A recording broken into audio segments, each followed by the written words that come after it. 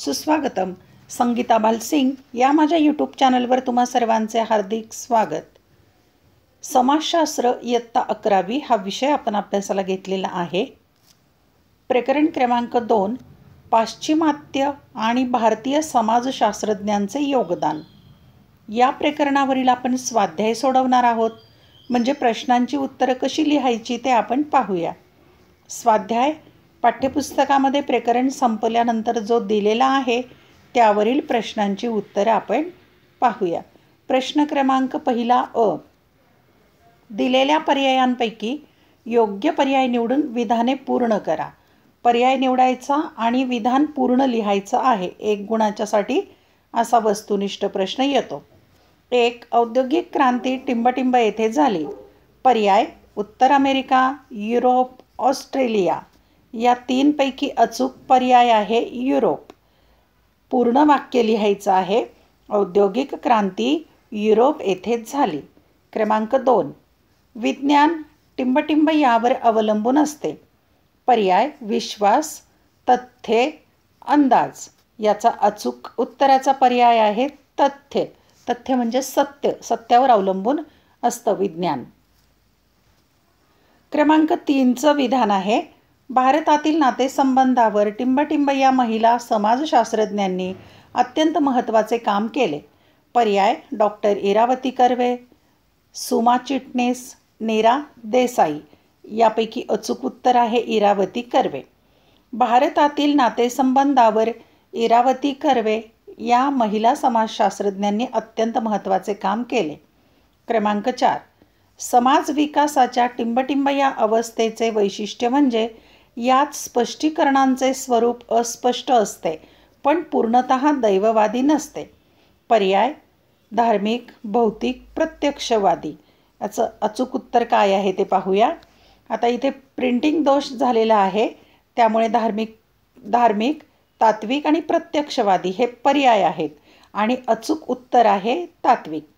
समाज विकासाच्या तात्विक या अवस्थेचे वैशिष्ट्य म्हणजे यात स्पष्टीकरणांचे स्वरूप अस्पष्ट असते पण पूर्णतः दैववादी नसते. दुरुस्ती करून घ्या. प्रश्न क्रमांक पहिल्यातला ब आहे, चुकीची जोडी दुरुस्त करून लिहा. एक जोडी चुकीची आहे ती ओळखायची आणि दुरुस्त करून लिहायची. 1. अब्दुल रहमान इब्न खालदून उत्तर Africa, August Comte France, Harriet Martina England, Karl Marx Russia. आता यापैकी आपण जोडी दुरुस्त करूया. कार्ल मार्क्स जर्मनीचे आहेत. बाकीच्या जोड्या बरोबर आहेत. 1 गुण असतो याला. प्रश्न क्रमांक पहिल्यातलाच क आकडा आहे. प्रत्येक विधान वाचा आणि चौकटीत दिलेल्या योग्य संज्ञा ओळखून लिहा. या चौकटीमध्ये संज्ञा दिल्या, ध्रुवीकरण, doctor M.S. Shrinivas, R.N. Mukherjee. आणि खाली विधानांना कोणती संज्ञा लागू होते ते पाहूया. 1. मार्क्सच्या मते वर्ग हे शेवटी पूर्णपणे परस्पर विरोधी होतील. आता याला कोणती संज्ञा आहे तर ती आहे ध्रुवीकरण. दुसरं विधान पाहूया. या भारतीय समाजशास्त्रज्ञाने पाश्चिमात्यकरण ही संकल्पना मांडली. याची संज्ञा आहे डॉक्टर M.N. श्रीनिवास. 2 गुण याला असतील. 1 गुणासाठी असा वस्तुनिष्ठ प्रश्न असतो. प्रश्न पहिल्यातलाच आहे ड. अधोरेखित शब्दाच्या जागी अचूक शब्द लिहून विधाने पूर्ण करा. विधान दिलेलं आहे त्यात काही शब्द अंडरलाईन केलेत, अधोरेखित केले, ते चुकीचे आहेत. आपण तिथं बरोबर लिहायचे. 1. समाजाच्या ज्या अवस्थेत अनुभवाधिष्ठित बाबींनाच स्पष्टीकरणाचे आधार मानले जाते ती म्हणजे धार्मिक अवस्था होय. आता धार्मिक अवस्था या जागी आपल्याला दुसरा शब्द योग्य लिहायचा अचूक, वैज्ञानिक किंवा प्रत्यक्षवादी. क्रमांक 2चं विधान पाहूया. ली सुसाईड हा ग्रंथ हॉब्स यांनी लिहिला. आता हॉब्स यांच्याऐवजी दुसरं नाव अचूक लिहायचं आहे, ते आहे एमिल दुर्खेम. हे नाव लिहायचं तिथे. प्रश्न दुसरा अ आहे, दिलेल्या संकल्पनेचे योग्य उदाहरण लिहा व तुमच्या उत्तराचे समर्थन करा. संकल्पनेचं उदाहरण द्यायचं आणि त्याचं समर्थन पण करायचं. 1. आत्मकेंद्रित आत्महत्या. 2. प्रभावी जात. याचं आपण उदाहरण लिहूया संकल्पनेचं स्पष्टीकरण. 1. आत्मकेंद्रित आत्महत्येचं उत्तर. जेव्हा व्यक्ती समाजापासून वेगळी होते तेव्हा तिच्यात एकटेपणाची भावना निर्माण होते आपल्याला समाजात कोणतेही महत्त्व राहिले नाही असा विचार तिच्या मनात बळावतो. तेव्हा ती व्यक्ती स्वतःला संपवण्याचा प्रयत्न करते. जेव्हा व्यक्ती स्वतःतच रममाण झालेली असते आणि समाजातील इतर कोणाशीही तिचे देणे घेणे राहत नाही, तिला आत्मकेंद्रित व्यक्ती म्हणतात. आत्मकेंद्रित व्यक्ती जेव्हा स्वतःला संपवण्याचा प्रयत्न करते त्यास आत्मकेंद्रित आत्महत्या असे म्हणतात. उदाहरणार्थ, सेवानिवृत्त व्यक्तीत नैराश्य आणि एकाकीपणा वाढल्यास ती समाजापासून दुरावत जाते. अशी व्यक्ती आत्महत्या करण्याकडे प्रवृत्त होते. 2. प्रभावित जात. उत्तर: डॉक्टर M.N. श्रीनिवास यांनी प्रभावित जात ही संकल्पना मांडली आहे.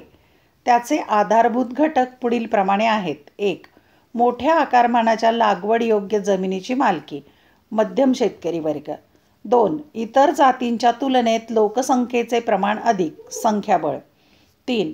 स्थानिक समाजव्यवस्थेत उच्च स्थान, उच्च धार्मिक दर्जा. 4. आर्थिक व राजकीय सत्ता. 5. उच्च शिक्षण. 6. उच्च व्यवसाय. आता त्याचं उदाहरण पाहूया. उदाहरणार्थ, महाराष्ट्रातील मराठा कुणबी जाती समूह हे प्रभावित जातीचे उदाहरण आहे. जवळपास 40% लोकसंख्या असलेल्या या समुदायाची स्थानिक अर्थकारण व राजकारणावर घट्ट पकड होती. हरित क्रांतीमुळे या जातीचे नेते सदन झाले. महाराष्ट्र राज्याच्या स्थापनेनंतर प्रदीर्घ काळ महाराष्ट्राच्या राजकारणावर मराठ्यांचे वर्चस्व होते. ब प्रश्न आहे, टिपा लिहा. 1. Doctor G.S. घुर्ये यांचे भारतीय समाजशास्त्रातील योगदान. 2. डर्खाईमने सांगितलेले आत्महत्येचे प्रकार. आपण टिपा लिहूया. क्रमांक 1. Doctor G.S. घुर्ये यांचे भारतीय समाजशास्त्रातील योगदान. उत्तर: भारतीय समाजशास्त्राचे जनक म्हणून डॉक्टर गोविंद सदाशिव घुर्ये यांना ओळखले जाते. भारतीय समाजशास्त्रातील त्यांचे योगदान पुढीलप्रमाणे आहे. 1. समाजशास्त्राचे अध्यापन. डॉक्टर घुर्ये यांच्या प्रयत्नांमुळे 1919 साली भारतीय विद्यापीठात समाजशास्त्राच्या अध्यापनाची सुरुवात झाली. मुंबई विद्यापीठात अध्यापन आणि संशोधन या कार्याद्वारा डॉक्टर घुर्ये यांनी भारतीय समाजशास्त्र विकसित करण्यात मोलाची कामगिरी बजावली. 2. शैक्षणिक योगदान. डॉक्टर घुर्ये यांनी इंडियन सोशॉलॉजिकल सोसायटी या नावाची संस्था स्थापन करून सोशियोलॉजिकल बुलेटिन नावाची पत्रिकाही सुरू केली. त्यांनी समाजशास्त्र या विषयाच्या अध्ययनाला चालना दिली. त्यांच्या कार्यानेच भारतात समाजशास्त्राला अभ्यासाचा व संशोधनाचा विषय म्हणून मानाचे स्थान मिळाले. 3. आदिवासींचा अभ्यास. 1943 डॉक्टर घुर्ये यांनी भारतातील आदिवासींचा अभ्यास करणारा संशोधनात्मक ग्रंथ प्रकाशित केला. या ग्रंथात त्यांनी आदिवासी टोळ्यांना मागासलेले हिंदू या नावाने संबोधलेले असून त्यांना भारतीय जीवन प्रवाहात सामावून घ्यावे असे आपले मत मांडले आहे. 4. जाती संस्थेचा अभ्यास.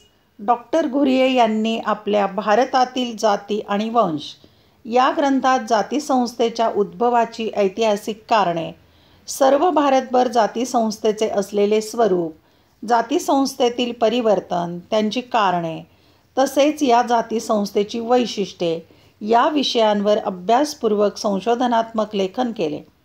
5. भारतीय संस्कृती. आपल्या संस्कृती आणि समाज या ग्रंथात डॉक्टर घुर्ये यांनी भारतीय संस्कृतीवर विवेचन केले असून आपल्या संस्कृतीचे जतन करणे, संस्कृतीत भर घालणे, संस्कृतीचा प्रसार करणे या बाबींवर जोर दिलेला आहे. दुसरा प्रश्न पाहूया आपण. क्रमांक 2. दुर्खीमने सांगितलेले आत्महत्येचे प्रकार. उत्तर: 1. दुर्खीम या फ्रेंच समाजशास्त्रज्ञाने त्याच्या ली सुसाईड या ग्रंथात असे प्रतिपादन केले आहे की आत्महत्या ही एक सामाजिक समस्या आहे. तो सामाजिक एकीकरणाच्या अभावाचा परिणाम आहे. 2. त्याने स्पष्ट केलेले आत्महत्येचे प्रकार पुढीलप्रमाणे आहेत. 1. आत्मकेंद्रित आत्महत्या. Egoistic suicide. अहम भावनेतून व्यक्ती स्वतःला जेव्हा अलग करते तेव्हा त्यातून निर्माण होणाऱ्या विपन्नावस्थेत ती आत्महत्या करण्यास प्रवृत्त होते. 2. प्रमाणकशून्य आत्महत्या ॲनोमिक सुसाईड. वैयक्तिक जीवनातील संघर्ष आणि आर्थिक अस्थिरतेतून निर्माण होणाऱ्या नैराश्यामुळे व्यक्ती आत्महत्या करण्यास प्रवृत्त होते. 3. परार्थवादी आत्महत्या अल्ट्रुस्टिक सुसाईड. समुदायावरील आत्यंतिक प्रेमामुळे स्वतःच्या आत्महत्येद्वारा समुदायाचे कल्याण होईल अशा चुकीच्या समजुतीमुळे आत्मबलिदान करण्यास व्यक्ती प्रवृत्त होते. 4. दैववादी आत्महत्या फ्युटिस्टिक सुसाईड. आत्यंतिक नियंत्रणामुळे दमनाची भावना निर्माण झाल्याने करण्यात येणारी आत्महत्या. प्रश्न क्रमांक 3. फरक स्पष्ट करा. 1. धार्मिक अवस्था आणि प्रत्यक्षवादी अवस्था. 2. प्रमाणकशून्य आत्महत्या आणि परार्थवादी आत्महत्या. फरक स्पष्ट करूया. क्रमांक 1. एका भागात धार्मिक अवस्था, दुसऱ्या भागात प्रत्यक्षवादी अवस्था. क्रमांक 1. ऑगस्ट कॉम्पद्वारा प्रतिपादन करण्यात आलेल्या 3 अवस्थांच्या संकल्पनेतील ही पहिली अवस्था आहे. प्रत्यक्षवादी. 1. ऑगस्ट कॉम्पद्वारा प्रतिपादन करण्यात आलेल्या 3 अवस्थांच्या संकल्पनेतील ही तिसरी अवस्था आहे. 2. या अवस्थेत मानवाच्या विचार व कल्पनांवर धार्मिक श्रद्धा आणि अलौकिक घटकांचा पूर्ण पगडा असतो. 2. या अवस्थेत मानवाच्या विचारांवर विवेकनिष्ठतेचा प्रभाव दिसून येतो. 3. या अवस्थेत मानव दैववादी होता. त्याचा असा विश्वास म्हणजे अंधविश्वास होता की जगातील सर्व घटना अमानवी शक्तीच्या प्रभावामुळे घडतात. 3. या अवस्थेत मानव बुद्धिनिष्ठ आहे. तो प्रत्येक घटनेचे निरीक्षण, परीक्षण आणि कारणमीमांसा करतो. 4. मानवाची अशी धारणा होती की नैसर्गिक आपत्ती देवाच्या कोपामुळे घडून येतात. 4. तो प्रत्येक घटनेच्या तथ्यांची शास्त्रीय पडताळणी करतो आणि त्याच्या कारणांचा शोध घेतो. 5. मानवाच्या बौद्धिक विकासातील ही सर्वात खालची अवस्था असते. 5. मानवाच्या बौद्धिक विकासातील ही सर्वोच्च अवस्था असते. फरक दुसरा आहे. एका भागात प्रमाणकशून्य आत्महत्या, दुसऱ्या भागात परार्थवादी आत्महत्या. 1. प्रमाणकशून्य आत्महत्येस नियमनविरहित आत्महत्या असेही म्हणतात. 1. परार्थवादी आत्महत्येस परहितवादी आत्महत्या असेही म्हणतात. 2. नियमनांचा ऱ्हास, कायद्यांचे उल्लंघन आणि मूल्यांचे अवमूल्यन या परिस्थितीत नियमनविरहितता असे म्हणतात. 2. अन्यायाच्या विरोधात आमरण उपोषण करणे ही कृती परार्थवादी समजली जाते. क्रमांक 3. विशिष्ट परिस्थितीशी जुळवून घेण्यास व्यक्ती जेव्हा असमर्थ ठरते तेव्हा ती आत्महत्येचा मार्ग पत्करते. 3. महात्मा गांधी किंवा अण्णा हजारे यांच्यासारखे नेते समाजाशी इतके एकरूप होतात की समाजाचे भले व्हावे यासाठी आत्महत्या सदृश्य कृती म्हणजे आमरण उपोषण करण्यास प्रवृत्त होतात. 4. या अवस्थेत नियमनांपासून व्यक्तीची फारकत झालेली असते. आर्थिक मंदीच्या काळात अशा प्रकारची आत्महत्या घडते. 4. काही वेळा सामाजिक रूढींचा आदर करण्यासाठी पतीच्या निधनानंतर भारतीय स्त्री सती जात असे. दुसऱ्या महायुद्धात देशासाठी जपानी वैमानिक अनेक वेळा हाराकिरी करीत असत. प्रश्न क्रमांक 4. पुढील संकल्पनाचित्र पूर्ण करा. त्याचा विषय दिलेला आहे महत्त्वाचे भारतीय समाजशास्त्रज्ञ. इथे 4 नावं लिहायची 4 ठिकाणी. आपण पाहूया भारतीय समाजशास्त्रज्ञ. G.S. घुर्ये हे समाजशास्त्राचे जनक पण आहेत. राधाकमळ मुखर्जी, S.N. श्रीनिवास आणि डॉक्टर इरावती कर्वे. यातलाच ब प्रश्न आहे. खालील विधाने चूक की बरोबर ते सांगून सहकारण स्पष्ट करा. म्हणजे विधान चूक आहे की बरोबर सांगायचं आणि त्याची कारणं पण सांगायची आहेत. 1. मार्क्सच्या मते भांडवलशाही पद्धतीमध्ये कामगारांमधील आपलेपणाची भावना वाढीस लागते. 2. इरावती कर्वे यांनी भारतातील नातेसंबंधाच्या अभ्यासामध्ये महत्त्वपूर्ण योगदान दिले आहे. पाहूया आपण चुकीबरोबर सकारण. 1. मार्क्सच्या मते भांडवलशाही पद्धतीमध्ये कामगारांमधील आपलेपणाची भावना वाढीस लागते. हे विधान बरोबर आहे. त्याची कारणं. 1. भांडवलशाही पद्धतीत भांडवलदार वर्गाकडून कामगारांचे अपरिमित शोषण केले जाते. 2. कामगारांना अत्यंत प्रतिकूल परिस्थितीत जीवन जगावे लागते. त्यातून त्यांची वर्गविषयक जाणीव वृद्धिंगत होते. 3. कामगार संघटनांच्या प्रयत्नांमुळे त्यांच्यात एकात्मता वाढत जाते आणि भांडवल वर्गाविरोधी आत्यंतिक द्वेष निर्माण होतो. 4. अशा प्रकारे शोषण करणारा भांडवलदार वर्ग कामगारांमधील आपलेपणाची भावना वाढीस लावतो. 2. इरावती कर्वे यांनी भारतीय नातेसंबंधाच्या अभ्यासामध्ये महत्त्वपूर्ण योगदान दिले आहे. हे विधान बरोबर आहे. त्याची कारणं. 1. डॉक्टर इरावती कर्वे यांनी भारतीय नातेसंबंधाचे संशोधन केले. 2. 1953 साली प्रसिद्ध झालेला किनशिप ऑर्गनायझेशन इन इंडिया या ग्रंथात भारतातील नातेसंबंधाचे सूक्ष्म विश्लेषण केले. 3. या ग्रंथात भारतातील विविध भागातील नातेसंबंधाचे तुलनात्मक विश्लेषण त्यांनी केले. 4. या ग्रंथात त्यांनी विवाह, वारसा हक्क विषयक नियम, कुटुंबांचे प्रकार इत्यादी महत्त्वाच्या पैलूंचे सविस्तर विश्लेषण केले. नातेसंबंधाची पद्धत भौगोलिक तसेच भाषिक घटकांनुसारही बदलते असे सूक्ष्म निरीक्षण त्यांनी केले आहे. यावरून डॉक्टर इरावती कर्वे यांनी भारतीय नातेसंबंधांच्या अभ्यासामध्ये महत्त्वपूर्ण योगदान दिले आहे. प्रश्न क्रमांक 5. आपले मत नोंदवा. 1. जागतिकीकरणामुळे वर्गाचे अधिक जास्त ध्रुवीकरण झाले आहे असे वाटते का? ते उदाहरणासहित स्पष्ट करा. 2. नातेसंबंधाची परिणामकारकता कमी होत आहे असे तुम्हाला वाटते का? कारणे द्या. याबाबत आपलं मत नोंदवायचं आहे. क्रमांक 1. जागतिकीकरणामुळे वर्गाचे अधिक प्रमाणात ध्रुवीकरण झाले आहे असे वाटते का? ते उदाहरणासहित स्पष्ट करा. उत्तर 1. जागतिकीकरणामुळे जागतिक स्तरावर आणि देशांतर्गत ध्रुवीकरणाचे प्रमाण वाढले आहे असे मला वाटते. 2. जागतिकीकरणामुळे जागतिक स्तरावर श्रीमंत राष्ट्रे आणि गरीब राष्ट्रे यांच्यातील विषमतेची दरी रुंदावत गेली आहे. जागतिकीकरणाचे वर्णन नववसाहतवाद असे करण्यात येते. त्या अंतर्गत पाश्चात्य देशातील बहुराष्ट्रीय कंपन्या या विकसनशील देशातील साधनसंपत्तीचा निर्धोकपणे बेसुमार वापर करून प्रचंड पैसा कमावतात. जागतिकीकरणाचे फायदे विकसित राष्ट्रांनी लाटल्यामुळे विकसनशील देशात त्यांच्याविषयी विद्वेषाची भावना प्रखर होत चालली आहे. म्हणजेच जागतिकीकरणामुळे श्रीमंत राष्ट्रांचे व गरीब राष्ट्रांचे ध्रुवीकरण झाले आहे. 3. देशांतर्गत श्रीमंत वर्ग हा अधिक श्रीमंत होत चालला आहे आणि कष्टकरी वर्गाची अवस्था हालाकीची झाली आहे. कामगार वर्गातील बेरोजगारी वाढत चालली आहे. शेतकऱ्यांच्या आत्महत्या वाढत चालल्या आहेत.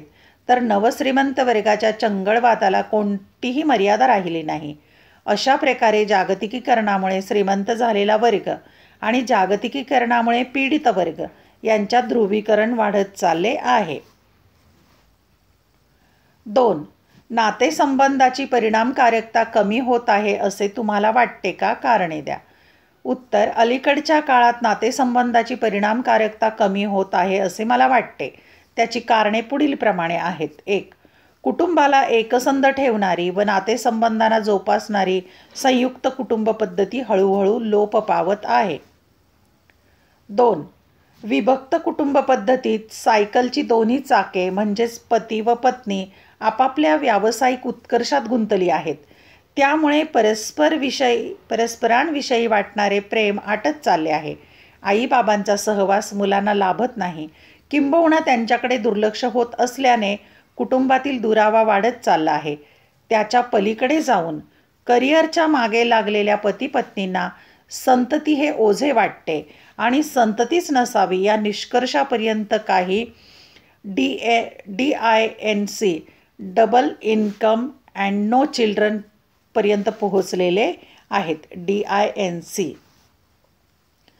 3. जागतिकीकरणाच्या या युगात प्रत्येक कुटुंबातील सुशिक्षित मुले मुली परदेशात जातात आणि तिथे स्थायिक होतात. वृद्ध आईवडिलांविषयीच्या कर्तव्याची त्यांच्याकडून पूर्तता होत नाही आणि त्यांच्यातील दुरावा वाढत चालला आहे. म्हणजेच नातेसंबंधाची परिणामकारकता कमी कमी होत चालली आहे. प्रश्न क्रमांक 6 दीर्घोत्तरी प्रश्न. खालील प्रश्नाचे सविस्तर उत्तर लिहा. साधारण 150 ते 200 शब्द. 1. तुम्ही कॉमच्या मानवी विचाराच्या 3 अवस्थांचा नियम अभ्यासले आहेत. कॉमच्या पहिल्या व तिसऱ्या अवस्थेच्या संदर्भाने भारतीय समाजातील आव्हानांची चर्चा करा. कॉमच्या नियमाच्या संदर्भात चर्चा आहे. उत्तर. 1. ऑगस्ट कॉम या फ्रेंच विचारवंताने मानवी बौद्धिक विकासाच्या 3 अवस्था या सिद्धांतात पहिल्या अवस्थेला धार्मिक किंवा धर्मशास्त्रीय अवस्था आणि तिसऱ्या अवस्थेला वैज्ञानिक किंवा प्रत्यक्षवादी अवस्था असे म्हटले आहे. 2. पहिल्या अवस्थेत मानवावर धार्मिक विचारांचा पगडा असतो. त्याला असे वाटते की जगात घडणाऱ्या विविध घटना या ईश्वर या नावाने ओळखल्या जाणाऱ्या अमानवी शक्तीच्या प्रभावाने घडतात. 3. परंपरानिष्ठ भारतीय समाजावर 21व्या शतकातही धर्म आणि अंधश्रद्धांचा पगडा आहे. अतिरेकी धर्माभिमानामुळे विविध धर्माच्या अनुयायात संघर्ष उद्भवतात. राजकारणात धार्मिक श्रद्धांचा वापर राजकीय पक्षांकडून केला जातो आणि अशिक्षित व अर्धशिक्षित त्याला प्रतिसाद देतात. 4. तिसऱ्या अवस्थेत मानव कोणत्याही घटनेचे निरीक्षण आणि तार्किक पद्धतीने विश्लेषण करतो. या विवेकवादी बुद्धिनिष्ठ अवस्थेत काल्पनिक व अंधश्रद्धांवर आधारित विचारांना स्थान नसते. 5. स्वातंत्र्योत्तर कालखंडात भारतीय समाजात परिवर्तन घडून येत आहे. ज्ञानाचा प्रसार होऊन विवेकनिष्ठ प्रकारे शास्त्रीय संशोधन केले जाते. अंतराळ संशोधन, अणुविज्ञान, संगणकशास्त्र इत्यादी क्षेत्रात भारताने लांबचा पल्ला गाठला आहे. 6. म्हणजेच भारतीय समाज आज संक्रमणावस्थेत आहे. अंधश्रद्धा आणि शास्त्रीय विचार या 2 परस्पर विरोधी प्रवृत्ती आज भारतात कार्यरत आहेत. म्हणजेच भारतीय समाज आज कॉम यांच्या पहिल्या आणि तिसऱ्या अवस्थात जीवन कंठत आहे. अशा प्रकारे प्रश्नांची उत्तरे लिहायची आहेत. धन्यवाद. व्हिडिओ लेक्चर आवडल्यास चॅनल सबस्क्राईब करायला आणि बेल आयकॉन प्रेस करायला विसरू नका. मी इयत्ता 11वी आणि 12वी या दोन्ही वर्गांचे अनेक विषयांचे व्हिडिओ लेक्चर पोस्ट केलेले आहेत. या चॅनलची प्लेलिस्ट जरूर पहा. व्हिडिओ आवडल्यास शेअर करायलाही विसरू नका. अभ्यासासाठी शुभेच्छा.